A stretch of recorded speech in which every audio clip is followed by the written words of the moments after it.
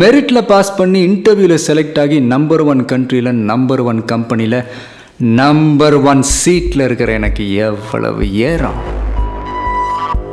சவால் விடும்போது ரொம்ப சாக்கிறதையாக விடணும்.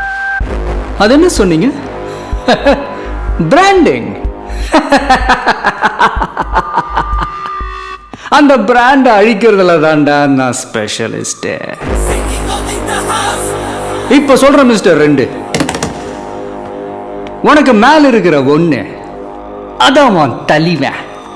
அந்த பிராண்டை நான் அழிக்கிறேன். மறுபடியும் உன் கட்சி ஜெயிச்சாலும் சரி, உன் தலைவனை நான் ஜெயிக்க விட மாட்டேன். அவர் எந்த தொகுதியில் நின்னாலும் நான் அங்க எதிர்த்து நிக்கிறேன். அந்த பிராண்டை நான் கிழின்னு கிழிச்சு காட்டுறேன்.